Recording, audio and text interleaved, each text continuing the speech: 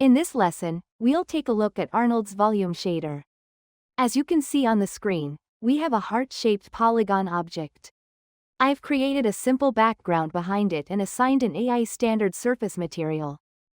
I created a skydome light and connected a studio HDR to it. And placed an area light above the heart.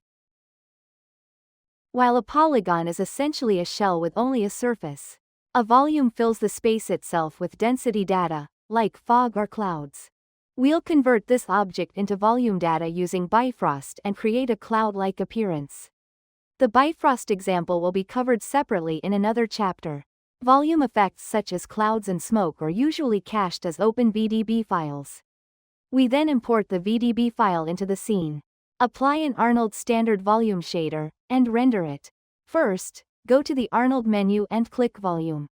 In the volume shape, connect the VDB file to file name. Enable automatic step size to automatically set the optimal step size based on the VDB voxel scale. Next, let's take a look at Arnold's volume shader. Select the AI volume and assign an Arnold AI standard volume shader. We'll use IPR rendering to check the result in real time. First, click the Render Settings icon and check the Ray Depth settings in the Arnold Renderer tab. Since the volume value is currently set to 0, the volume cannot be calculated properly. Let's increase it to around 2 and set the total value to 12 as well. The volume may currently appear pixelated.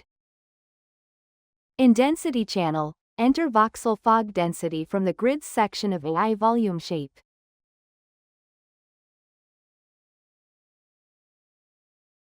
This allows the volume to render properly as a smoke-like shape. Density controls the overall strength of the volume density. Higher values make the volume denser and more opaque, while lower values make it more transparent. You can also click the connection icon and connect various maps to control the density.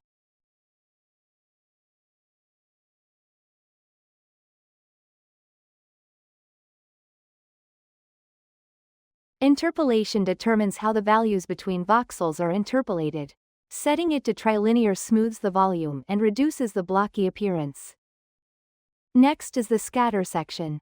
This is the key section that determines how the volume scatters light and creates the color and appearance of the cloud. Weight controls the scattering strength, while color controls the base color of the cloud. If you set the color to pink, the heart will look like a pink cloud. Scatter diffusion controls how much light spreads through the volume after scattering multiple times inside it. As you increase the diffusion value, more light scatters inside the volume, creating a thicker and softer appearance. When anisotropy is set to 0, light scatters evenly in all directions, creating a fog-like appearance, while increasing it to a positive value causes more forward scattering and creates the thick, three-dimensional appearance typical of clouds.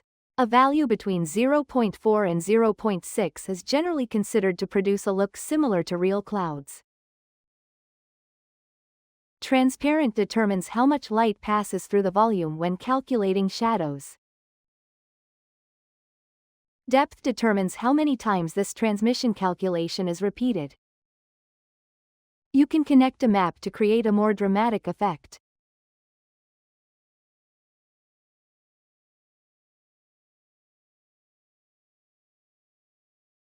Emission allows the volume to emit light by itself, while temperature is used when emission is set to blackbody mode.